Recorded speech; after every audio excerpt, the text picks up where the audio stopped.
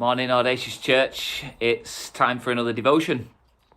We're doing a series of devotions about relationships, and really the reason why is because we're doing a series as a whole church throughout this whole term about relationships. We started off with a series of messages called At the Table, but really it's our focus for the whole term. So each devotion, I guess, is looking at a different relationship or an example, a biblical example of a relationship. And so today I want to look at Abraham and Lot.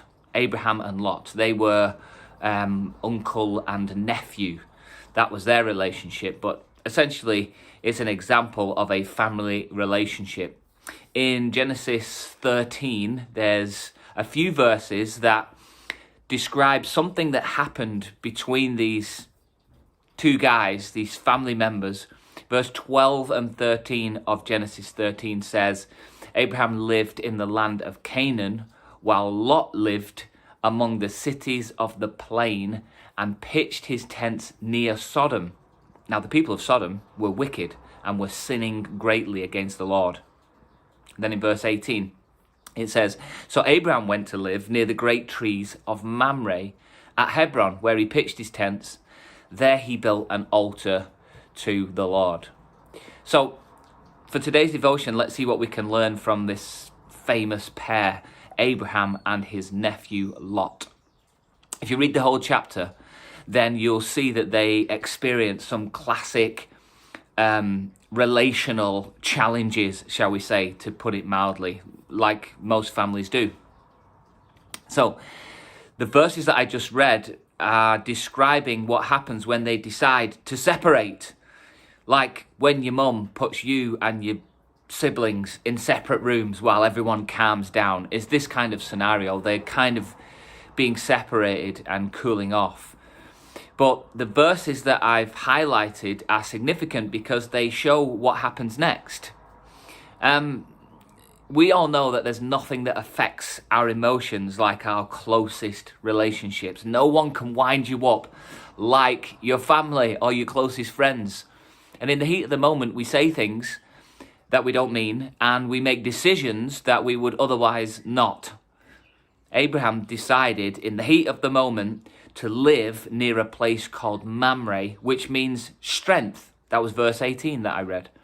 But Lot chose to live near a place called Sodom, and the Bible goes on to say, which is where people were wicked and sinning greatly against the Lord. As you continue to read more chapters that follow in Genesis, you can see that that decision determined how things went for both Abraham and Lot. For Abraham, it went well, but for Lot, it went bad. And you can read about that in Genesis chapter 19. Now, conflict in our relationships is inevitable. Jesus said as much in Luke chapter 7, verse 1. He said, it is impossible that no offenses should come. In John 16:33, he said, in this life, you will have trouble. So we need the Holy Spirit's help, not to avoid conflict because it's inevitable, but to make good choices, to use our words well, and to show kindness at all costs when the conflict comes.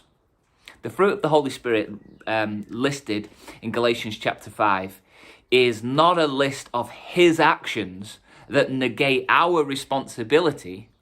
Love, joy, and peace sound like nice things to receive from God, but patience, kindness, gentleness, and definitely self-control take some action, some initiative, and some responsibility from you and me.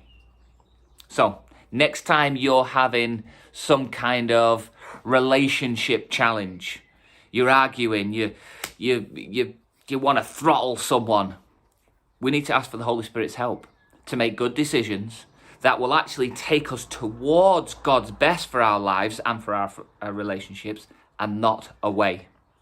So, before you see anyone else today, why don't you spend 5 minutes praying for the Holy Spirit's help, because you might need it. All right, have a good day.